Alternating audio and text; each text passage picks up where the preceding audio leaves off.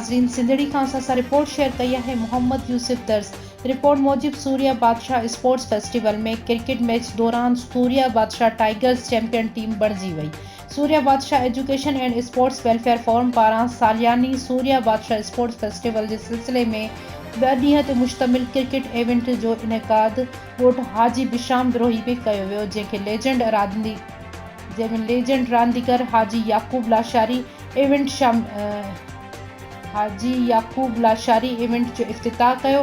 Event में 6 टीमूं शामिल हुयूं, जंहिंमें सूर्या बादशाह हीरोज़, सूर्या बादशाह लायन, सूर्या बादशाह टाइगर्स, सूर्या बादशाह शाहीन, सूर्या बादशाह किंग्स, सूर्या बादशाह स्टार्स शामिल हुयूं।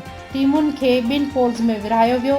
पोल ए मां सूर्या बादशाह शाहीन ऐं सूर्या बादशाह किंग्स, पोल बी मां सूर्या बादशाह स्टार्स ऐं सूर्या बादशाह टाइगर्स सेमीफाइनल लाइ क्वालिफाई कयो।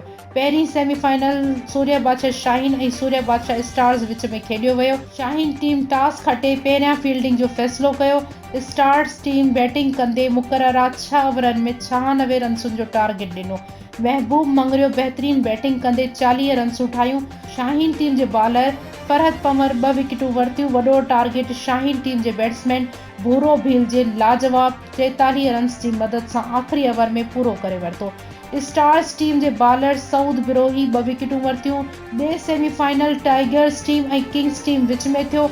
टाइगर्स टीम टॉस खटे पहिरियां फील्डिंग जो फ़ैसिलो कयो।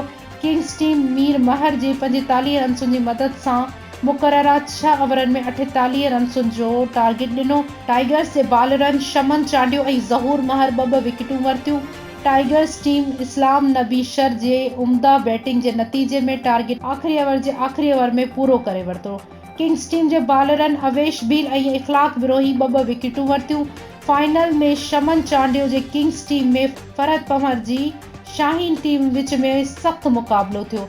शाहीन टीम टॉस खटे पहिरियां फील्डिंग जो फ़ैसिलो कयो। टाइगर्स टीम मुक़ररा 6 ओवरनि में शहबाज़ महर जे मदद सां 25 ऐं ज़हूर महर जे 19 रन्सुनि जी मदद सां 78 रन्सुनि जो टारगेट ॾिनो। शाहीन टीम जे बालर फरहत पमर 3 विकेटूं वरितियूं। शाहीन टीम जी बैटिंग लाइन टाइगर्स जी बर्क़ रफ़्तार बालरनि ज़हूर महर ऐं कप्तान शमन चांडियो जे बहितरीन बॉलिंग जो मुक़ाबिलो न करे सघी ऐं फाइनल मैच 4 रन्सुनि तां हारिजी वई। ज़हूर महर 2 विकेटूं वरितियूं। टाइगर्स टीम फाइनल खटे चैंपियन टीम बणिजी वई। ज़हूर महर बहितरीन ऑल राउंडर कारकर्दगी ॾेखारी।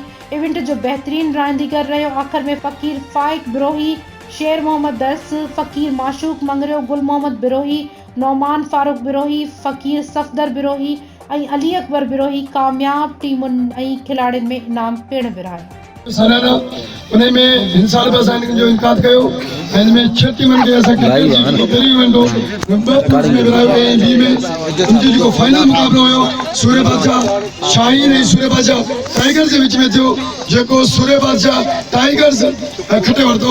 उनके लखन मुबारक टीम रही फाइनल में सूर्य बादशाह शाहीन के सख्त मुकाबलो कयो, मगर बदकिस्मती था वो फाइनल हार जी। अॼु असां जेको मेहमान ख़ास फ़कीर फाइक जेको मोज़िज़ असांजो हिते जो उहो मेहमान ख़ास असां वटि हिते फाइनल सेरेमनी में उहो पंहिंजा हथनि जा इनाम बि विराईंदा। उन खां पहिरियां जेको असांजो सूर्य बादशाह education and sports welfare forum आहे, जेको मुख़्तलिफ़ टूर्नामेंट्स जो इनकाद कराइंदो है, स्पेशली सूर्य बादशाह स्पोर्ट्स फेस्टिवल। उन्हें के असांजे दोस्त कुछ डोनेशन ॾींदा, कुछ असां सहकार कनि था त असां जी जारी रखी सघूं इन क़िस्म जा टूर्नामेंट्स। उन्हनि जी वॾी महिरबानी।